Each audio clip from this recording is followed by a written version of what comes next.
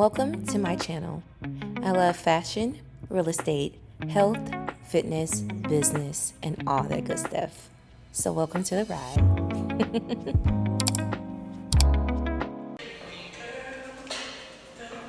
I love this song. Okay, guys. Let's get into some things. Okay, happy Sunday, y'all. I'll probably post this Monday, tomorrow. So I want to welcome y'all to a new layered conversation. So this is week 2. This is our second layered conversation, and I was trying to think of stuff to talk about because, releasing every week, you're trying to think of different things, and it was something I was going through last week, and I just really wanted to talk about that in detail. Before I get into that, though, my little sister texted us because she goes to Alabama A&M. I know we support all HBCUs, but this is a Tuskegee Stan account. And, Tuskegee is the mother of all HBCUs. It's the best, the one and the only. And so the fact that my sister and my little brother betrayed me by not going to my alma mater, I'm just not over it. And she graduates next year.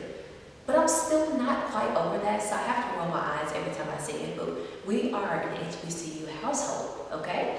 So I'm happy that they went there, but why would you go to school in Alabama and not go to Tuskegee? Questions that need answers. Beyond me, would never understand it. Anywho, but Madison, my little sister, texted me and she sent me a video of it's campaign season and the girls are running for Miss Alabama A&M. And it just brought back so many memories. Because if y'all know, campaigning at HBCUs, campaign season is a season in its own. And I was just telling my friends, we were having an HBCU conversation. By the way, when I first started getting into vlogging, I had a show, and when I started potting, and I had a show, and I didn't keep it going because I needed to find direction, but I really still love the episodes that I shot, so they're still on my YouTube. But I think y'all should check it out because it's an in-depth conversation about HBCUs with 4 other people that went to HBCUs.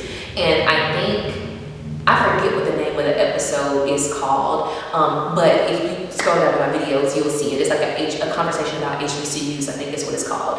But we talk about the PWI versus HBCU debate, and we talk about, things like campaign season. We talk about our experiences, like financing at HBCUs. But it's a really, really good, detailed conversation, and I feel very passionate about HBCUs too.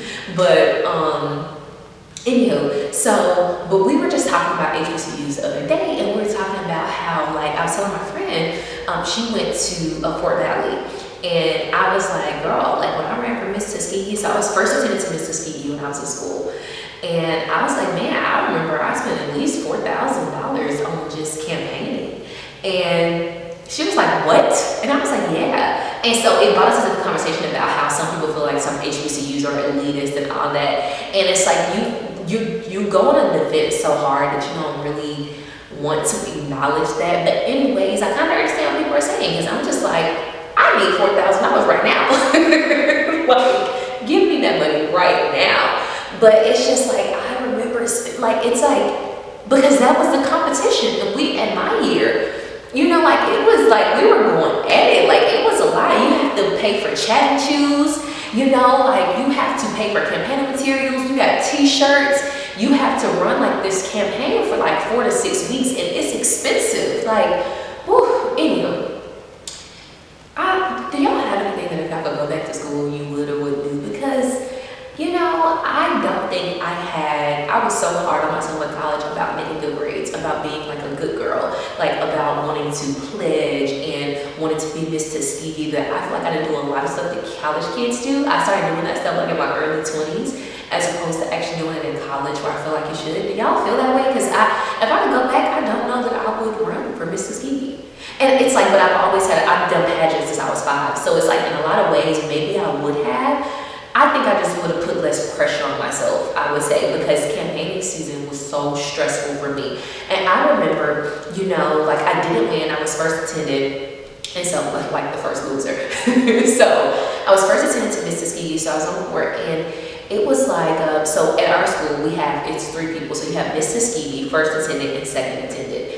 And I just remember looking at this picture of myself the week after campaigning, and I looked so small. And it's like I already was smaller in college, but it was like an unhealthy, like small. And it's like my edges were breaking off. Like I just remember being, like no kid should be going through that amount of stress campaigning for their school. I was stressed out, and it was because it's a lot. I can go into a lot of details about that, but it's like, can you imagine, like our HBCU campus is kind of what makes it. So if you're kind of popular in small areas, anybody from like smaller towns knows what that feels like.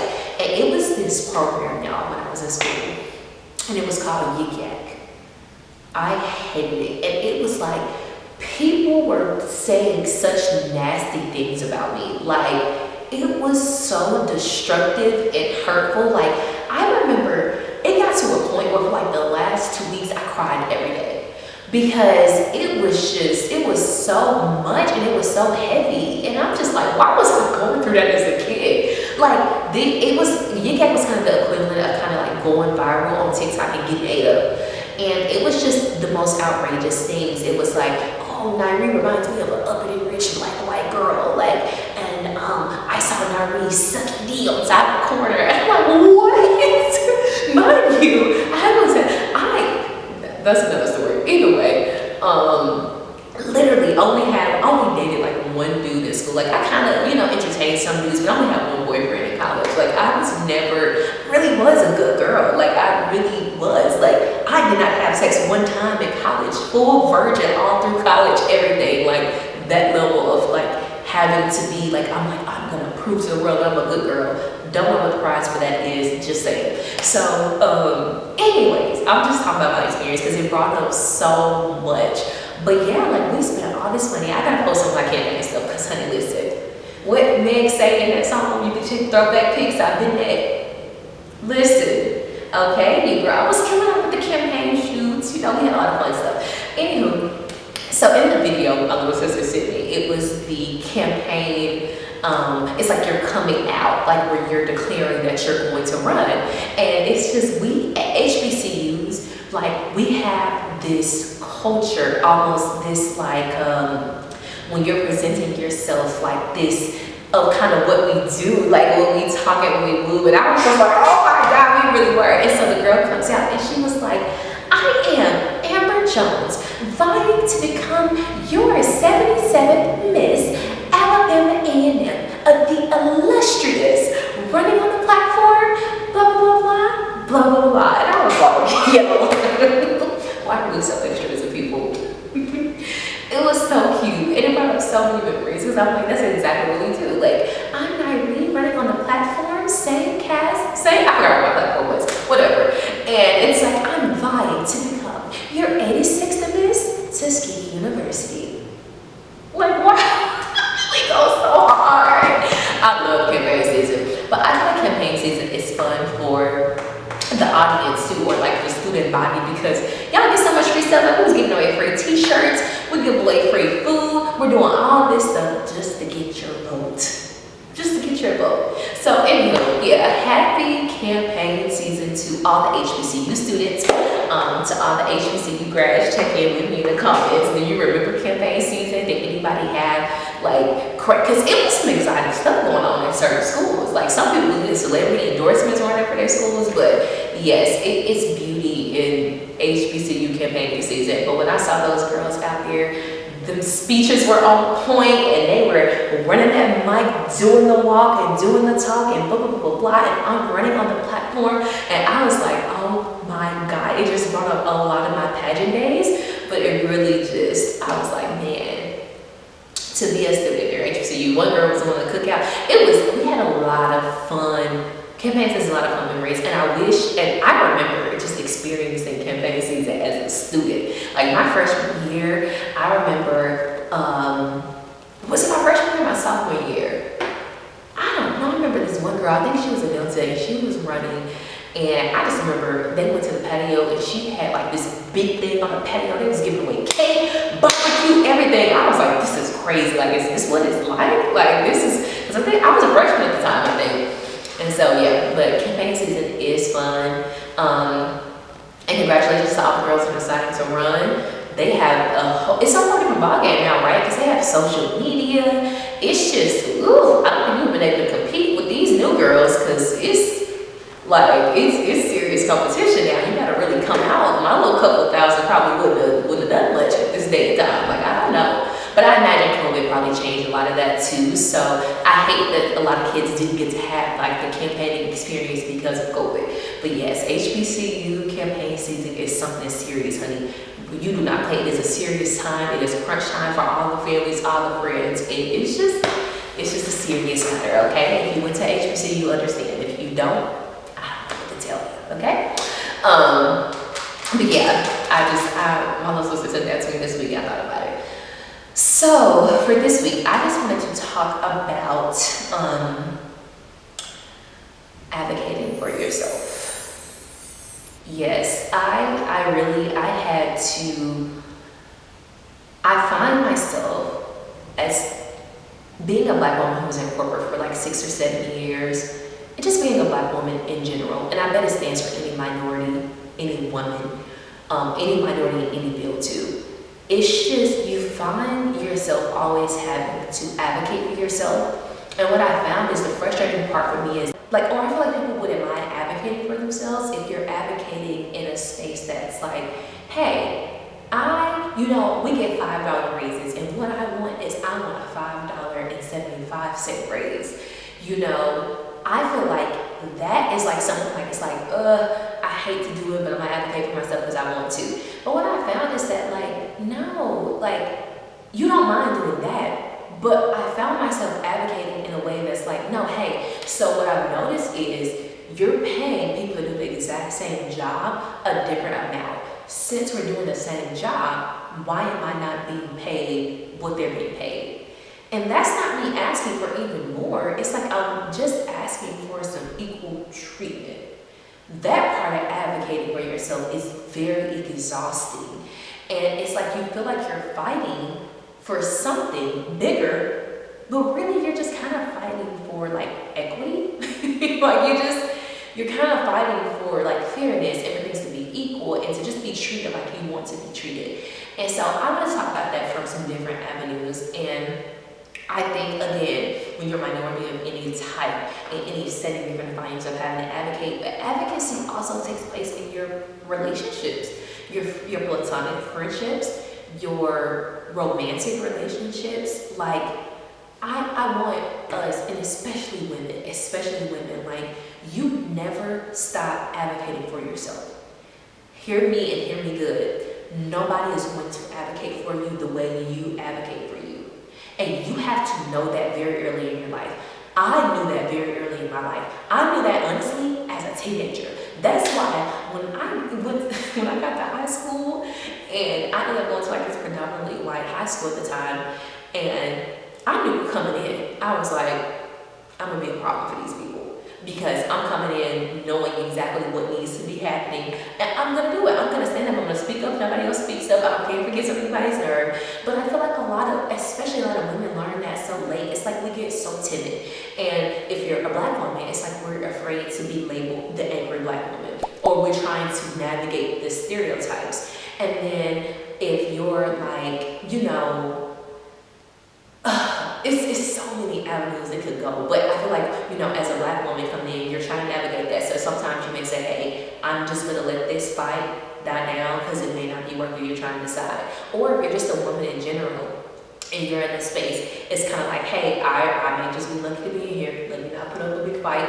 Like, even though I'm not getting paid as much, I still make good money. Let me just let it ride, And that's for like, men as well. Like maybe a Black man may be in a space where he's like, hey, I just got here, whatever the case may be. It's just advocate for yourself.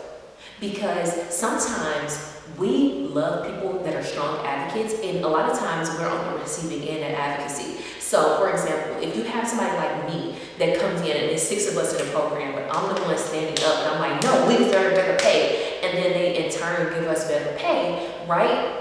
The other 5 people around me might be happy. They're like, "Ooh, I'm so glad you stood up," and it's like, that's beautiful. But what if you don't have that person to stand up? Or what if you don't even know that you're literally receiving a certain plus, or you're receiving a certain quality because somebody advocated for you? Because that's always the case, right? Especially for minorities, it's always the case. It's like you are getting what you have, not even because you deserve it, because you deserve it if you've worked to get where you are. It's like somebody advocated for you to be treated exactly how you're being treated. And so my goal is for people, you be that person.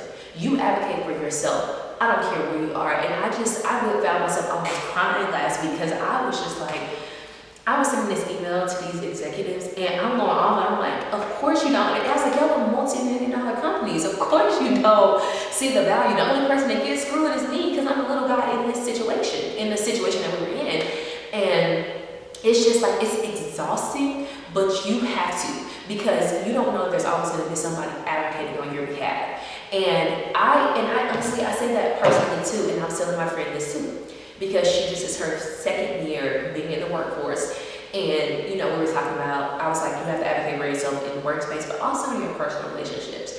And I feel like a lot of women don't advocate for themselves in relationships either.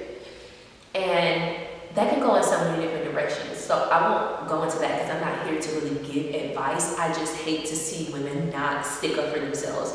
If there is something you feel like you deserve from a romantic partner, from your friends, speak up for yourself. Even if you're scared, even if it hurts, you have to speak up for yourself. Nobody's gonna know what you need better than you.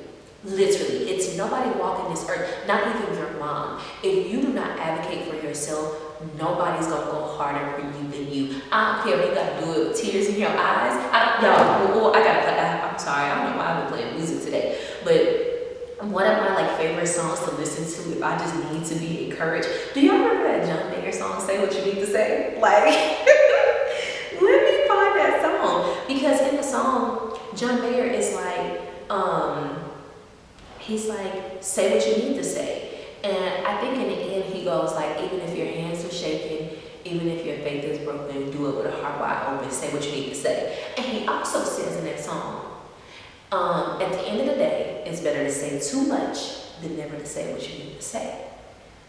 And I'm like, you know what, John? I gotta say it. I have to say it. I have to speak it. If I desire an outcome, I need to speak for this. Anywho, let me play it. Can I insert the little clip? Where's the part, y'all? I know this was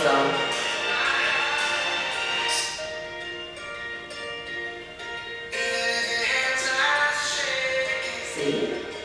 This is it, y'all.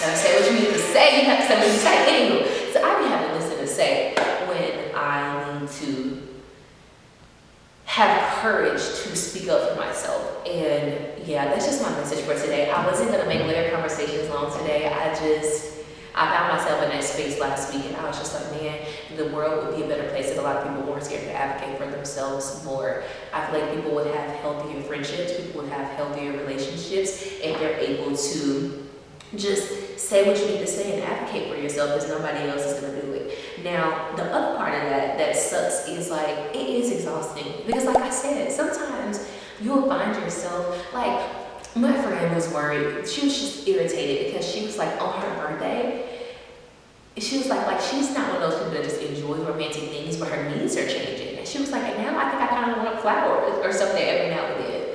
And it's almost like she's not even giving herself permission to grow, because she's like, I can't expect him to do those things because he's never done them. And now I've never cared for him to, but now that I do and he doesn't, I'm kind of getting upset. And it's just say what you need to say that. You have to communicate when you're changing, when you're wanting your needs change, because then you'll have an expectation for someone. And when you're not meeting it, you're upset. And the dude's probably like, I don't even know you like flowers. Since when do you like flowers?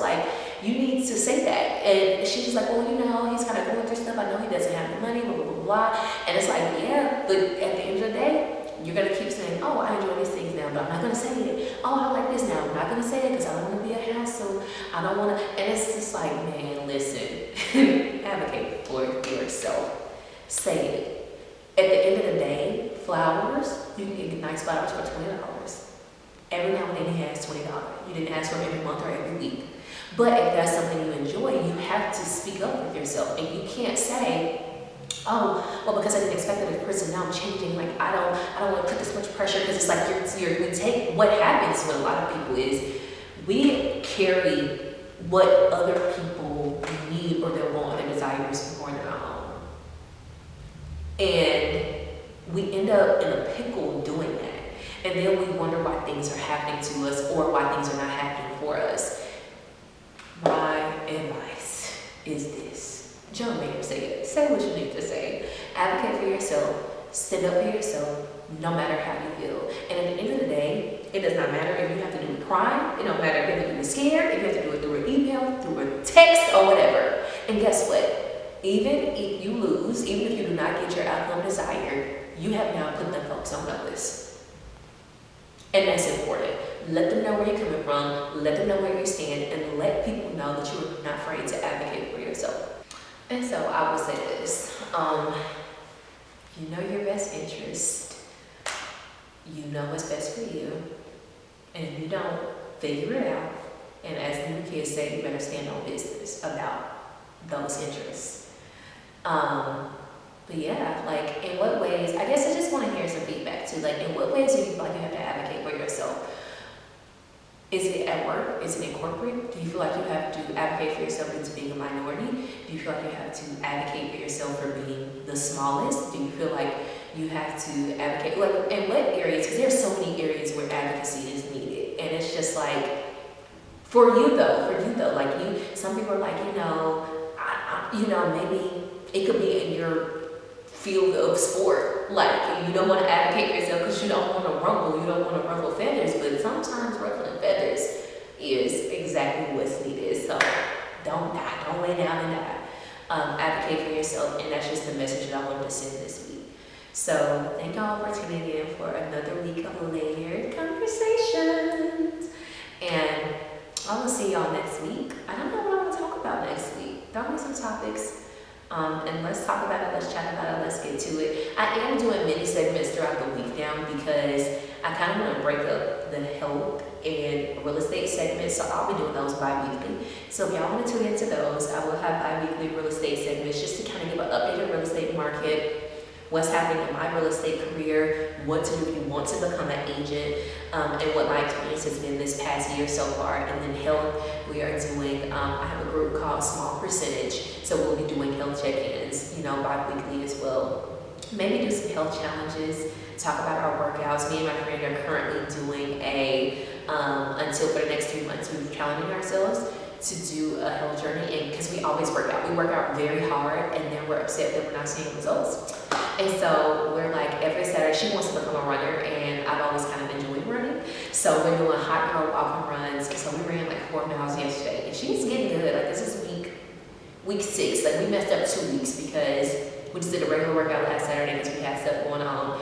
And then I think she missed the week before that. I went and just did a long walk. Not a long walk, I did like a short walk because we ended up both being really busy. So yesterday was technically like our 4th week in a row, like really getting to it, and she's picking up her pace, she's doing well. So yeah, I just want to have a kind of a different space to do health check-ins, and so people can see like my health journey, my workout journey, like what I'm eating. I've been making a lot of plant-based stuff lately, so yeah. Check that out if you feel so inclined to, but thank y'all for watching.